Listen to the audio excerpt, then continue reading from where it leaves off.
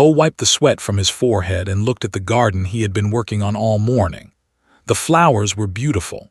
Purple and gold petals stretched toward the twin suns of this alien world. He was far from Earth, far from everything he once knew, but he had found peace here as a groundskeeper at the Galactic Diplomatic Estate. The estate was home to ambassadors and officials from dozens of species. Tall beings walked past him without a glance. Furry creatures with 6 arms waved politely, and sometimes the dragons came through. They were the most powerful species in this sector of space. Their scales shimmered like metal, and their eyes burned with ancient intelligence. Most of them looked at humans the way humans might look at ants. Ho did not mind. He liked his simple job. He liked the dirt under his fingernails and the smell of growing things. He liked eating his lunch alone under the big silver tree near the back wall of the estate. That was where he first saw her. It was a Tuesday, or what passed for Tuesday on this planet. Ho sat on his usual stone bench and opened his lunch container. Rice, vegetables, and some meat he had cooked the night before. Nothing special, but it filled his stomach and reminded him of home. He was about to take his first bite when he heard a sound. It was soft, like a small animal moving through leaves. Ho looked around but saw nothing. He shrugged and lifted his chopsticks. The sound came again. This time, he saw movement behind a bush covered in blue flowers. Ho set down his food and stood slowly. He did not want to scare whatever was hiding there. He walked toward the bush with careful steps. What he found made him stop breathing for a moment. It was a dragon child. She was small, maybe the size of a human 5-year-old, but her body was covered in pale silver scales. Her wings were folded tight against her back, and her tail curled around her feet. She looked up at Ho with large golden eyes filled with fear. Ho had never seen a dragon child before.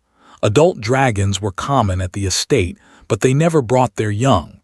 Dragon children were precious and protected. They were kept in special places, guarded by soldiers and servants. So what was this little one doing here, alone and hiding in a bush? The child made a small sound, something between a whimper and a growl. She pressed herself deeper into the leaves, trying to disappear. Ho held up his hands to show he meant no harm. He crouched down to make himself smaller, less threatening. "Hey there," he said softly. "It is okay, I will not hurt you." The child did not respond. Her eyes stayed fixed on him, watching his every move. Ho noticed something that made his heart ache. The child was thin, too thin. He could see the outline of her ribs beneath her scales. Her wings looked dull, lacking the shine he had seen on adult dragons. She looked hungry. She looked like she had been hungry for a long time. Without thinking, Ho went back to his bench and picked up his lunch container. He returned to the bush and set the food on the ground between them. "Here," he said, "you can have this. It is not much, but it is warm." The child stared at the food. Her nostrils flared as she smelled it. For a long moment she did not move. Then slowly she reached out with one small clawed hand and pulled the container closer. She ate like she had not eaten in days. Maybe she had not. She used her claws to scoop the rice and meat into her mouth, not caring about manners or dignity. Ho watched without saying a word. He remembered being hungry once long ago when he was a boy on Earth with nothing in his pockets. He knew that feeling. When the container was empty, the child licked it clean. Then she looked up at Ho with something new in her eyes. Not trust, not yet, but the fear was less than before. "Good?" Ho asked. The child nodded once. It was a small movement, barely visible, but it meant everything. Ho smiled. "I come here every day for lunch. Same time, same place. If you are hungry again tomorrow, I will bring more food." The child did not answer. She clutched the empty container against her chest like it was treasure. Then, without warning, she turned and ran. Her small body moved fast, disappearing into the deeper parts of the garden where Ho had never explored. He did not chase her. He did not call out. He just sat back on his bench and stared at the spot where she had been. A dragon child, alone, starving. Something was very wrong. Ho thought about reporting what he had seen. The estate had security officers who handled unusual situations, but something stopped him. The fear in those golden eyes was not just fear of him. It was deeper than that. It was the kind of fear that came from running away from something terrible. If he reported her, they might send her back to whatever she was running from. Ho made a decision. He would not tell anyone, not yet. He would wait and see if she came back. He would bring more food and hope that she would learn to trust him. It was not his business. It was not his problem. He was just a groundskeeper, a human doing a simple job on an alien world. But Ho had never been good at ignoring creatures in pain. It was his weakness and his strength. That night, he cooked extra food. He made rice with egg and vegetables. He added small pieces of fish because he had read somewhere that dragons liked fish. He packed everything in a clean container and put it in his bag for the next day. He did not know if the child would return. He did not know what her story was or why she was hiding, but he knew one thing for certain. No child, human or dragon or anything else, should ever go hungry. The next morning, Ho arrived at work early. He tended the gardens with extra care, pulling weeds and watering plants. But his eyes kept moving to the silver tree and the bush with blue flowers. When lunchtime came, he walked to his bench with his heart beating fast. He sat down and opened his bag. He placed the container of food on the ground beside him. Then he waited. The twin suns moved slowly across the purple sky. Minutes passed. Ho began to think the child would not come. Maybe she had moved on. Maybe she had found another place to hide. But then he heard it, that soft sound of movement in the leaves. The child appeared from behind a different bush, watching him from a safe distance. Her golden eyes moved from his face to the food container and back again. Ho smiled and pushed the container toward her. "I made extra," he said, "just for you." The child hesitated for only a moment. Then she crept forward and took the food. And for the second time, Ho watched a hungry dragon child eat his lunch. He did not know it then, but his life was about to change forever. 5 days passed, and the dragon child came to Ho every single day. She never spoke. She never told him her name or where she came from, but she ate his food with desperate hunger, and each day she sat a little closer to him than the day before. Ho learned things about her through watching. He learned that she liked fish more than meat. He learned that she did not like vegetables with bitter taste. He learned that she always cleaned herself after eating, licking her claws and wiping her snout with careful movements. He also learned that she was hurt, not just hungry, but hurt in ways he could not see clearly. Sometimes she moved slowly, like her body ached. Sometimes she flinched at sudden sounds, pressing her small body against the ground in fear. And her wings, those beautiful silver wings, had marks on them, thin lines that looked like old scars. Ho did not ask about the scars. He did not ask about anything. He just brought food and sat with her in comfortable silence. On the 6th day, something changed. Ho was eating his own lunch, a simple sandwich he had made that morning. The child had finished her food and was sitting near his feet, watching a small insect crawl across the grass. The scene was peaceful, quiet. Then the child made a sound. It was soft and musical, like a bell ringing underwater. Ho looked down at her in surprise. The child said. Her voice was small and rough, like she had not used it in a long time. Ho blinked. "What?" She pointed at herself with one clawed finger. "Name." A smile spread across Ho's face. It was the first word she had spoken to him, the first real communication between them. He repeated carefully, "That is a beautiful name." The child looked at him with those golden eyes. She pointed at his chest. "Name." "Ho," he said, "my name is Ho." Tried to say it, Te Ho. Close enough. Ho laughed softly. It felt good to laugh. It had been a while. After that day, began to speak more. Not much, just a few words here and there. She told him that she liked the flowers in the garden. She told him that the twin suns were too bright compared to the suns of her home world. She told him that his food was better than anything she had eaten before. But she never told him why she was alone. She never told him about the scars on her wings or the fear that still lived in her eyes. Ho did not push.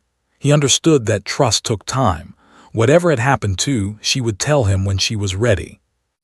Other workers at the estate began to notice that Ho was acting different. He arrived earlier than usual. He left later. He spent all his lunch breaks near the back garden instead of eating in the common room with everyone else. His supervisor, and named, pulled him aside one afternoon. "You have been strange lately," said. His voice clicked and buzzed in the way of his species. "Is something wrong?" Ho shook his head. "Everything is fine, I just like eating outside. The weather has been nice." Studied him with compound eyes that saw everything and nothing. "Humans are odd creatures. You find comfort in the strangest places." "I suppose we do." Made a sound that might have been a laugh. "Very well, continue your work. The ambassador from the collective is visiting next week. The gardens must be perfect." Ho nodded and returned to his tasks, but his mind stayed with. He wondered where she slept at night. He wondered if she was warm enough, if she was safe. The estate grounds were large, with many hidden corners and abandoned buildings. She could be anywhere. That evening, Ho stayed late. He told the guards he had extra work to finish, which was not entirely a lie, but his real purpose was different. He walked through the back gardens as the twin suns set, painting the sky in shades of orange and red. He carried a small bag with a blanket inside. It was nothing special, just a cheap thermal blanket he had bought at the market, but it would keep a small body warm through the cold night. He called softly, "Are you here?" There was no answer. The garden was quiet except for the chirping of alien insects. Ho walked deeper into the grounds, past the silver tree and the blue flower bushes. He came to an old storage building that had not been used in years. The door was broken, hanging open on rusty hinges. Inside he found her. Was curled in a corner, her tail wrapped around her body and her wings covering her like a blanket. She was shivering slightly despite the warmth of the evening. When she saw Ho, her eyes went wide with surprise and fear. "It is okay," Ho said quickly. "It is just me. I brought you something." He held out the blanket, stared at it, not understanding. "For sleeping," Ho explained. He unfolded the blanket and showed her how soft it was. "It will keep you warm." Reached out slowly and touched the fabric with her claws. Her eyes changed, filling with something that looked like wonder. Had no one ever given her a blanket before? "For me?" she asked in her small voice. "For you." Took the blanket and pressed it against her chest. She looked up at Ho with tears forming in her golden eyes. Dragons could cry, apparently. Ho had not known that. "Why?" asked. "Why help?" Ho crouched down so they were at the same level. He thought about her question carefully before answering. "Because you needed help," he said simply, "and I was there." Shook her head. "Others saw, others walked past, only you stopped." This was true.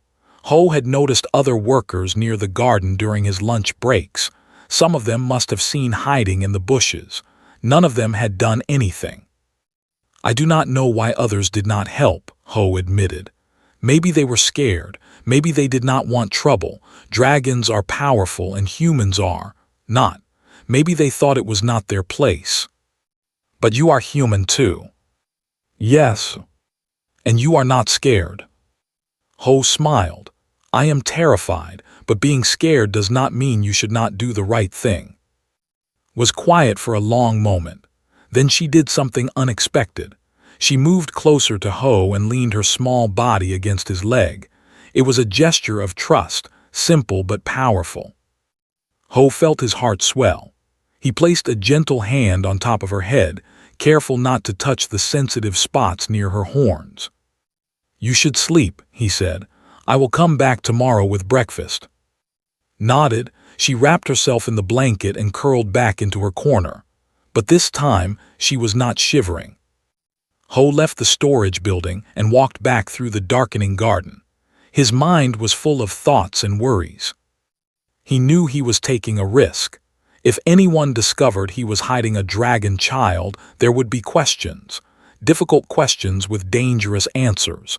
But he could not abandon her now. She had no one else.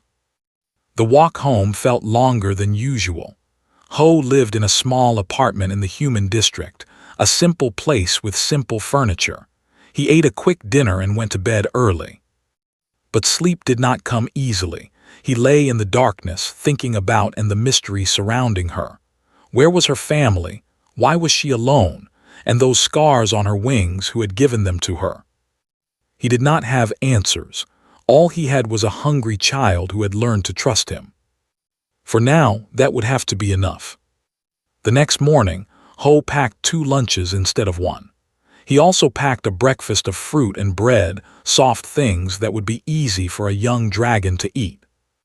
When he arrived at the estate, the guards at the gate nodded at him as usual. No one suspected anything. No one had any reason to. Ho walked straight to the old storage building. He knocked on the broken door before entering, not wanting to startle. "Good morning," he said. "I brought food." Was already awake. She sat with the blanket wrapped around her shoulders, looking more rested than Ho had ever seen her. When she saw the food, her tail wagged like an excited puppy. Ho laughed and sat down across from her. They ate breakfast together as the morning light filtered through the cracked walls of the building. It was a small moment, ordinary in every way. But in a galaxy where humans were considered weak and unimportant, where kindness was often seen as foolishness, it meant everything. 2 weeks had passed since Ho first found in the garden. In that time, they had become something like family. Every morning, Ho brought breakfast to the storage building. Every lunch, they sat together under the silver tree. Every evening, he brought dinner and sat with her until she fell asleep. It was a simple routine, but it gave both of them comfort. Was changing. She smiled now, something Ho had not seen in those first fearful days. Her scales had regained their shine, bright silver that caught the light. She had gained weight, no longer looking like a starving creature ready to collapse. She still did not talk about her past. Ho did not ask. On this particular morning, Ho arrived at work like any other day. He greeted the guards, checked in with his supervisor, and headed toward the gardens with his tools. The sky was clear, the twin suns warm on his skin. Everything seemed normal. Then he heard the sound. It was a deep rumbling noise, like thunder but closer. Ho looked up and felt his blood go cold. Ships were descending from the sky, not trading ships or diplomatic vessels.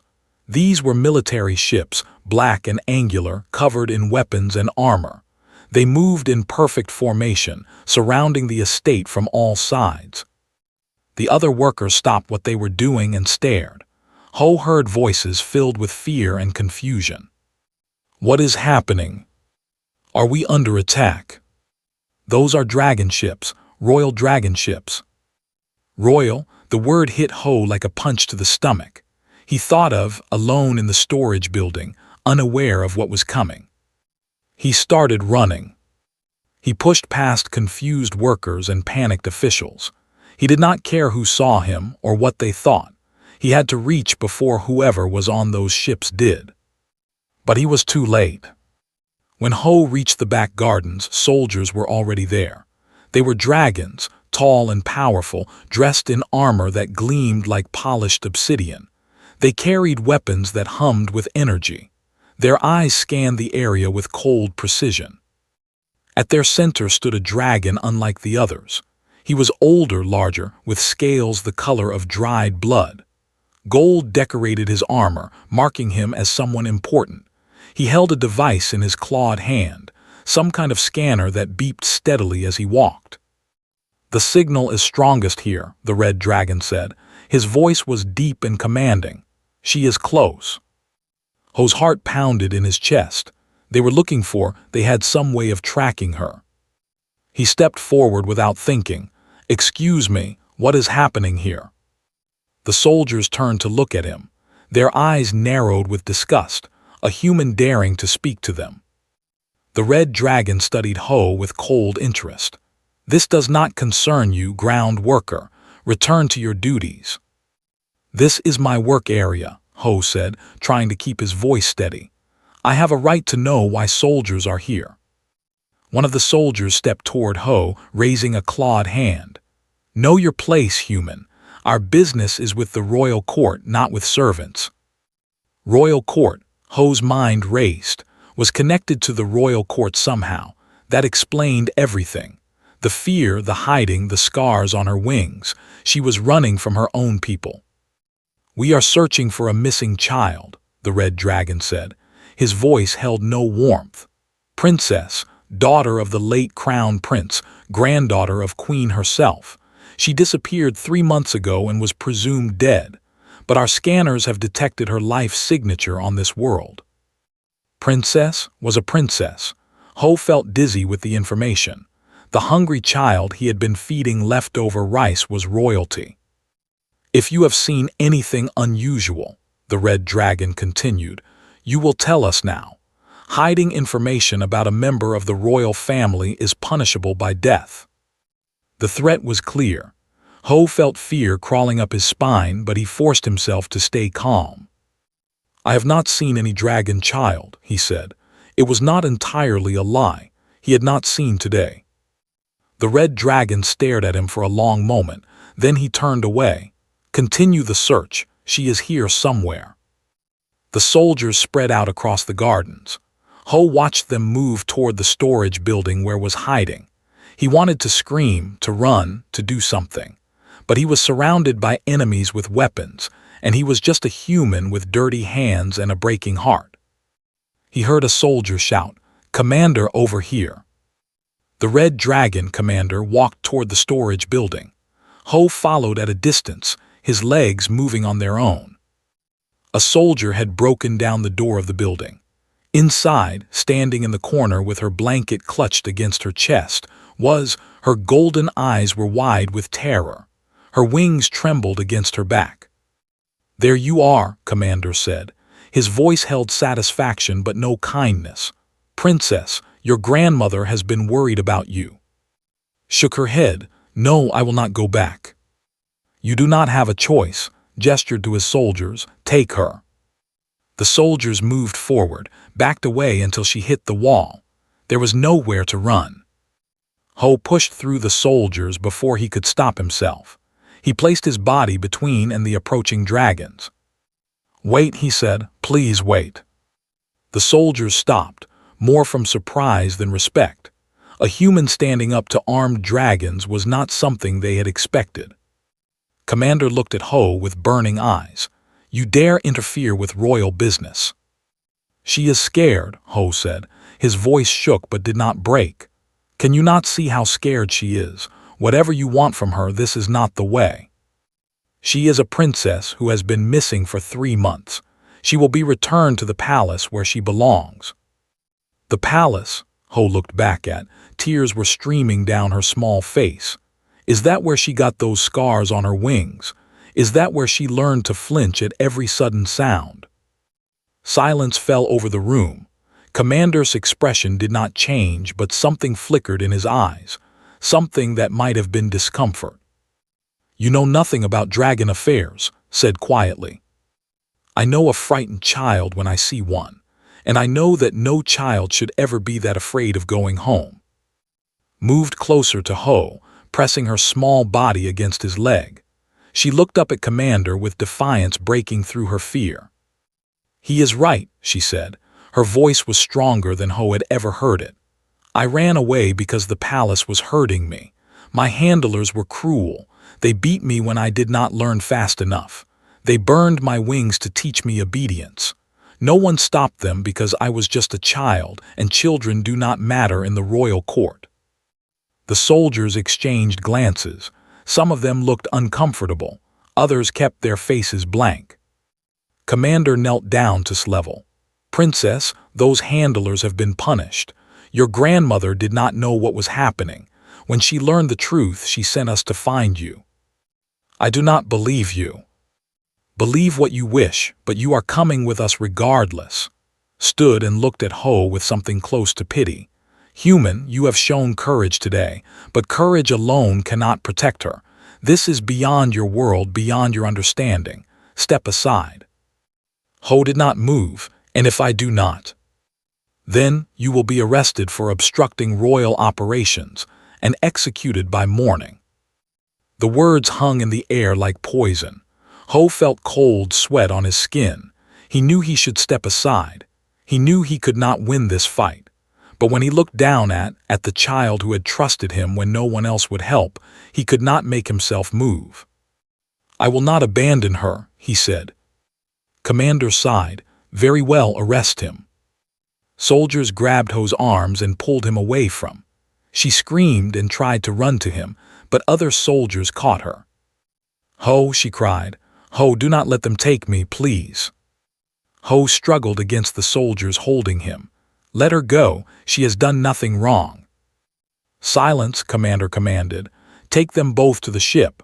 The Queen will decide their fates." The soldiers dragged Ho and out of the storage building.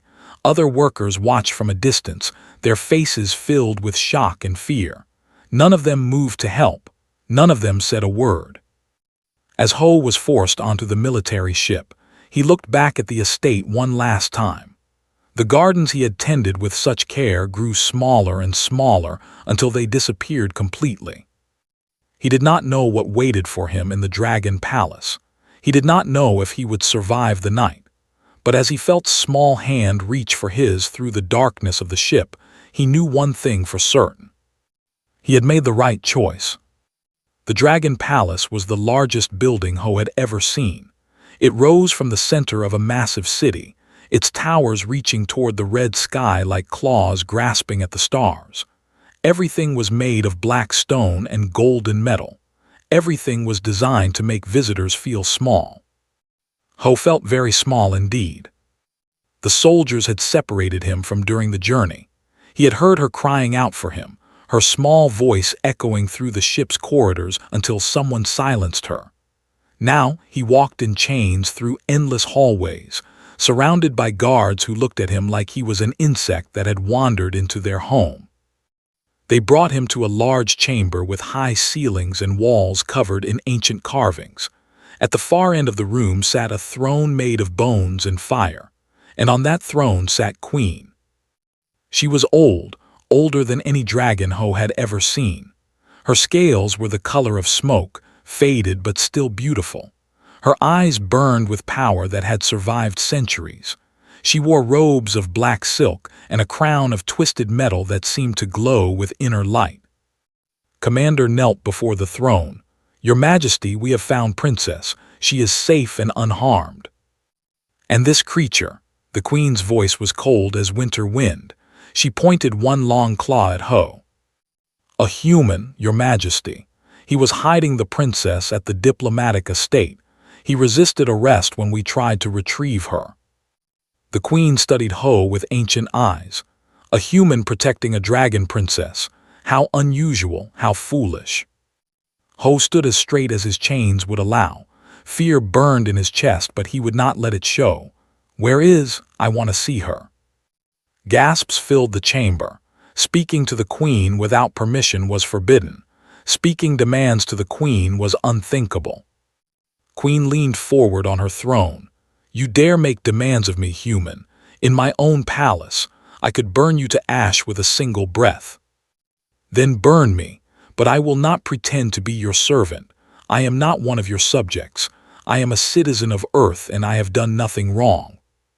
The Queen's eyes narrowed. "You hit a member of the royal family. You interfered with official business. These are serious crimes." "I fed a hungry child. I gave her a blanket. I treated her with kindness because no one else would." Ho's voice grew stronger. "If that is a crime in your kingdom, then your kingdom is broken." Commander stepped forward. "Your Majesty, allow me to execute this creature. His disrespect cannot be tolerated." But the Queen raised a hand to stop him. She was looking at Ho with new interest now, studying him the way a scientist might study an unusual specimen. "Bring the princess," she commanded. Soldiers left the chamber and returned moments later with. She was no longer in chains, but fear covered her face like a mask.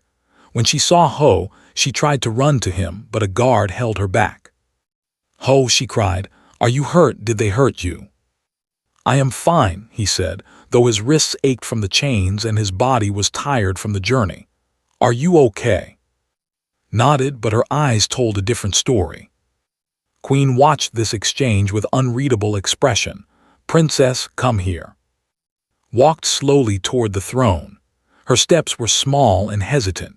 When she reached the base of the throne, she stopped and looked up at her grandmother with eyes that held no warmth. "Child," the Queen said, her voice softer now, "I have been searching for you for 3 months. When you disappeared, I thought you were dead. I thought I had lost the last piece of my son." "You never came to see me," said quietly. "In all my years in the handler's care, you never visited, not once." The Queen's expression flickered. "I am the ruler of an empire. I have responsibilities that—" "You did not care." His voice grew louder. "The handlers hurt me. They hit me and burned me and locked me in dark rooms when I cried. I screamed for help and no one came. No one ever came." The chamber was silent. Even the guards seemed uncomfortable. "I learned later that those handlers were punished," the Queen said carefully, "when I discovered what they had done." "It was too late," shouted. Tears streamed down her face. "I had already run away. I had already learned that the palace was not safe. I had already learned that my own family did not care if I lived or died." Queen closed her eyes. For a moment, she looked less like a powerful ruler and more like a tired old woman carrying heavy burdens. "And then I found him," pointed at Ho. "A human, a simple gardener with no power, no wealth, no reason to help me, but he did. He saw me hiding in a bush, starving and scared, and he gave me his lunch. He gave me a blanket when I was cold. He talked to me like I mattered." She walked toward Ho, standing between him and the throne. Her small body trembled, but her voice was steady. "In 2 weeks, this human showed me more kindness than I received in years at the palace. He did not want anything from me. He did not know I was a princess. He helped me because I needed help and he was there." The Queen opened her eyes and looked at her granddaughter. Something was changing in her ancient face. The coldness was cracking. "Princess," Commander said, "surely you understand that this human cannot be trusted. His species is weak and deceitful. He probably planned to ransom you once he discovered your identity." Spun to face the commander. "He did not know who I was. He thought I was an orphan, a nobody, and he still helped me. Can you say the same? Can any of you say the same?" No one answered. The guards looked at the floor. Commander's jaw tightened, but he remained silent. Turned back to her grandmother. "If you punish him, I will never forgive you. I will run away again, and this time you will never find me. I promise you this, grandmother. On my father's memory, I promise." The chamber held its breath. Queen and stared at each other, 2 dragons locked in silent battle. Finally, the Queen sighed. It was a sound heavy with age and regret. "Release the human." Guards moved forward and removed Ho's chains. He rubbed his wrists, feeling blood return to his hands. "Come here, human," the Queen commanded. Ho walked forward and stood beside. She reached out and took his hand, squeezing it tightly. "You have done something remarkable," the Queen said to Ho. "You have cared for a dragon princess when her own people failed her. You have risked your life to protect her. I do not understand why you would do this. Humans and dragons have no history of friendship. We have barely acknowledged your existence." Ho thought about the question. He thought about his own childhood, about hunger and loneliness and the strangers who had sometimes shown him unexpected kindness. "On my world," he said slowly, "we have a saying. It is better to light a single candle than to curse the darkness. It means that small acts of kindness matter even when they cannot fix everything. Was alone and suffering. I could not fix the galaxy or change how dragons treat humans, but I could give her a meal. I could give her a blanket. I could sit with her and let her know she was not alone." The Queen was quiet for a long moment. Then she did something unexpected. She laughed. It was not a cruel laugh or a mocking laugh. It was a genuine sound of surprise and wonder, as if she had heard something impossible and found it delightful. "A candle in the darkness," she repeated. "How very human." She stood from her throne and walked down the steps until she stood directly in front of Ho. Up close, she was even more impressive, towering over him like a mountain of scales and power. "You have given me much to think about, human, about my family, my kingdom, and myself." She looked down with eyes that finally showed warmth. "And you, granddaughter, you have reminded me what truly matters." Looked up at her grandmother. The fear was fading now, replaced by cautious hope. "I want to stay with Ho," she said. "I do not want to live in the palace anymore." The Queen's expression flickered with something like pain, but she nodded slowly. "We will discuss this, but first there is something I must do." She turned to face her court, spreading her wings wide. "Hear me, all of you. This human, this simple gardener, has shown more honor than many who claim noble blood. He protected a child of the royal line when no one else would. From this day forward, he is to be treated with respect. Anyone who harms him will answer to me personally." The court murmured in shock. A human given royal protection. It was unheard of in dragon history. Ho felt squeeze his hand again. When he looked down at her, she was smiling for the first time since the soldiers had taken them. He smiled back. Whatever happened next, they would face it together.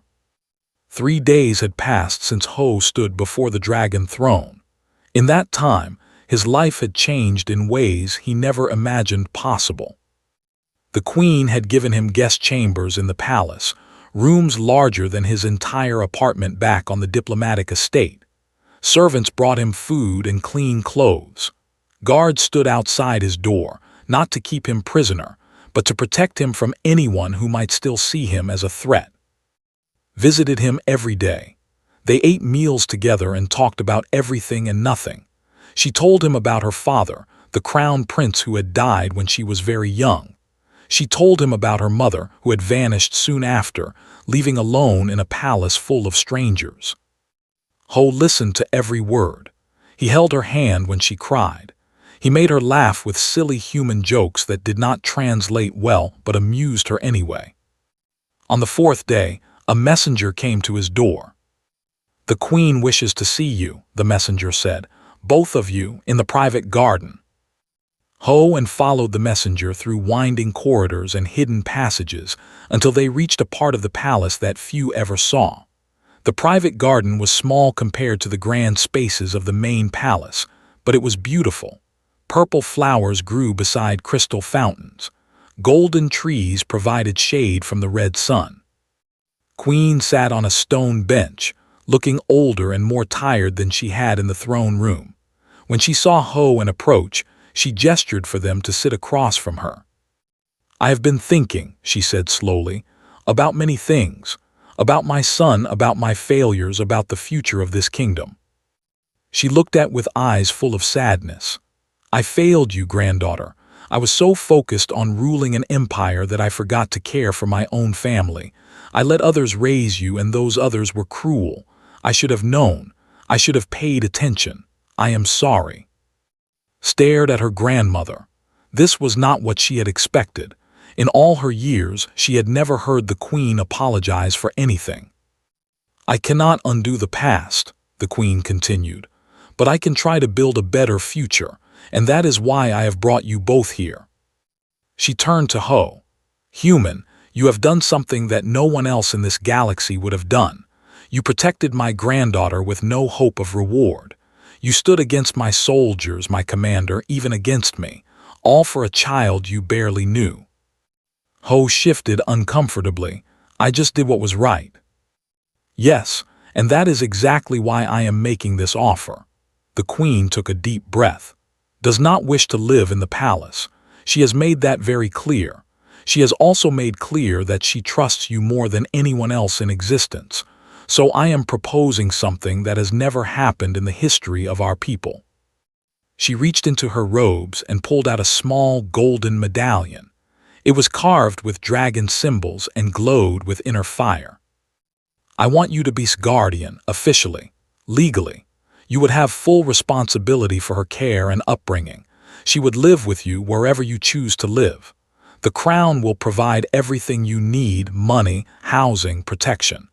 In return, you will raise her with the same kindness you have already shown." Ho's mouth fell open. He looked at who was staring at him with wide, hopeful eyes. "A human," he said slowly, "raising a dragon princess. Your people will never accept this." "My people will do as I command," the queen said firmly, "and those who refuse will learn that my word is law." "But why?" Ho asked. "You have servants, teachers, entire institutions dedicated to raising royal children. Why give her to me?" The queen smiled. It was a sad smile, but it was real. "Because she is happy with you. I have watched her these past few days. I have seen her laugh, truly laugh, for the first time in years. I have seen her sleep without nightmares. I have seen her eat without fear. You have given her something that all my power and wealth could never provide. You have given her peace." Jumped up from her seat and threw her arms around Ho. Her small wings wrapped around him like a blanket. "Please say yes," she whispered. "Please, I want to stay with you forever." Ho felt tears forming in his eyes. He had never wanted children. He had never thought about being a father. He was just a groundskeeper, a simple man with a simple life. But looking down at the child who had changed everything, he realized that sometimes life had other plans. "Yes," he said. "Yes, I will be your guardian." Made a sound that was half laugh and half sob. She squeezed him, her claws gentle against his back. Queen stood and walked toward them. She placed the golden medallion around Ho's neck with ceremonial care.